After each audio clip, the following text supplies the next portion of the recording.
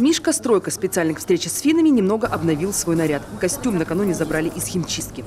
У символа команды, как у самого клуба, сезон был напряженный. Но хоккеисты-строителя надеются на неистовую поддержку трибун. Заграничный соперник – твердый орешек. Правда, после домашнего чемпионата ребята из Лапиеранты уже успели расслабиться. Сейчас они в отпуске. Впрочем, подготовиться к товарищескому матчу смогли. Я вообще просматриваю чемпионат России. Много игр. Не могу сказать, что все, но очень много.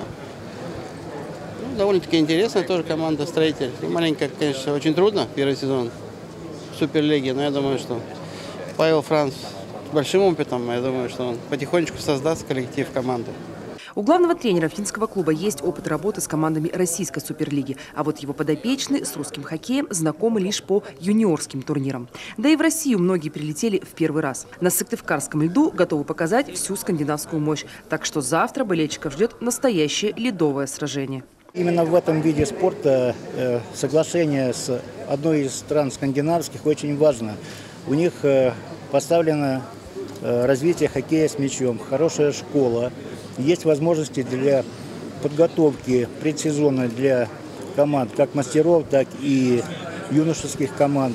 Можно получить такой серьезный, достойный мировой опыт по развитию хоккея с мячом. И в том числе можно организовывать и турниры с участием клубов не только в России и Финляндии, но, может быть, объединяя усилия в третьей стране. В данном случае польза очевидная.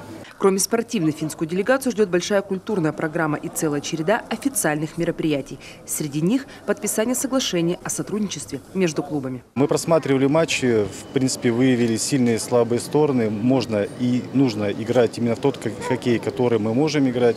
Ну а финны, они готовы, думаю, что нам все-таки у них контактный хоккей будет. Только единственное, что хотелось, чтобы не было никаких травм, скажем, таких. А так мы готовы к бою.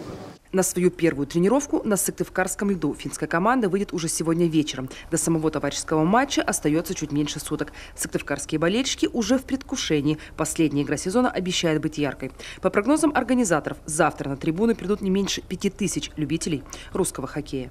Виктория Палкина, Артем Соколов, телеканал Юрган, Сыктывкар.